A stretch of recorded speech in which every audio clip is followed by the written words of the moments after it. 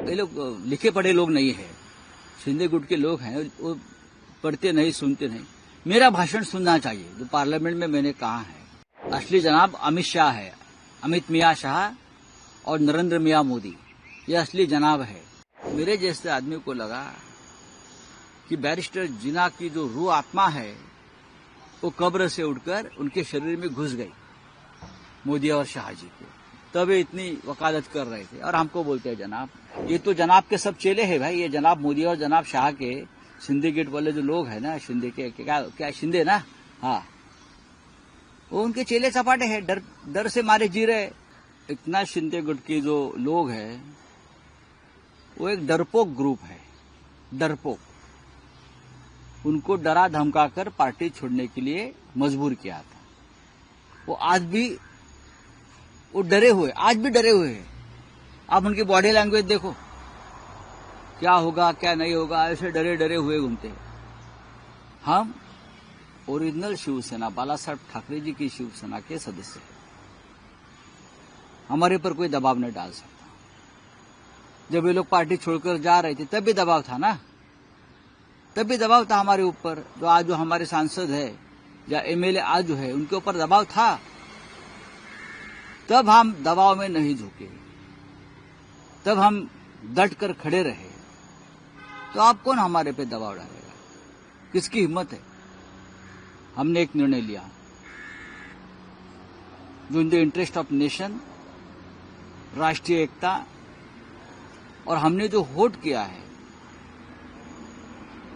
Bill के खिलाफ, मैं मानता हूं ये जो बिल है उससे हिंदुत्व का कोई संबंध नहीं है। ये लोग लगा रहे हैं, उसमें क्या संबंध है हिंदुत्व का, मुझे बताइए। ये पूरा बिल है भ्रष्टाचार को लीगल फ्रेमवर्क में बिठाने के लिए बिल लाया है। जो 2 लाख करोड़ की जमीनें हैं ना वक्फ की, वो ये सरकार को या सरकार के जो लाडले उद्योगपति व्यापारी है उनको गमन खाना है। तो हम भ्रष्टाचार के खिलाफ वोट किया है, और हम जो ढोंग है बीजेपी का उसके खिलाफ वोट किया है। कोई दबाव नहीं है। ये निर्णय जो है उद्धव ठाकरे साहब ने, हमारे यहाँ पार्टी का आदेश माना जाता है, हमारे यहाँ मोदी जी का आदेश नहीं माना जाता या अमित शाह का आदेश नहीं माना जाता। आखिरी मिनट तक बीजेपी के बड़े नेता हमारे नेताओं के संपर्क में थे कि बिल को समर्थन करें, बड़े नेता दिल्ली से, महाराष्ट्र से। नहीं तो जरूरत क्या थी देवेंद्र फडणवीस जी को ट्वीट करने की। राज्यसभा में या लोकसभा में भारी बहुमत से बिल पारित नहीं हुआ है, 300 पार नहीं किया है। आपको मालूम है 300 पार नहीं किया है। आप चेक कर लीजिए, 273 का बहुमत है और कितने वोट मिले हैं। हमारे कुछ मेंबर्स जो बीमार है, कुछ बाहर रहे, अगर वो होते तो और हमारा आंकड़ा बढ़ जाता।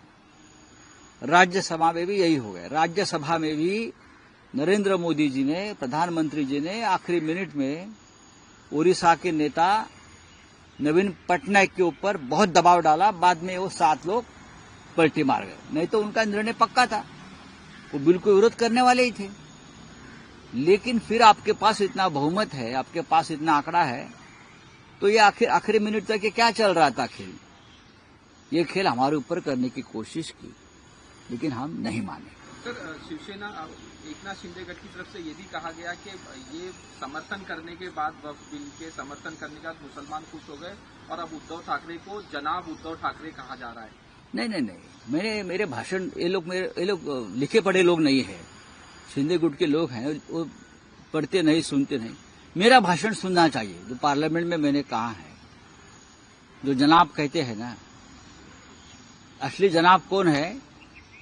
असली जनाब अमित शाह है, अमित मियाँ शाह और नरेंद्र मियाँ मोदी, ये असली जनाब है।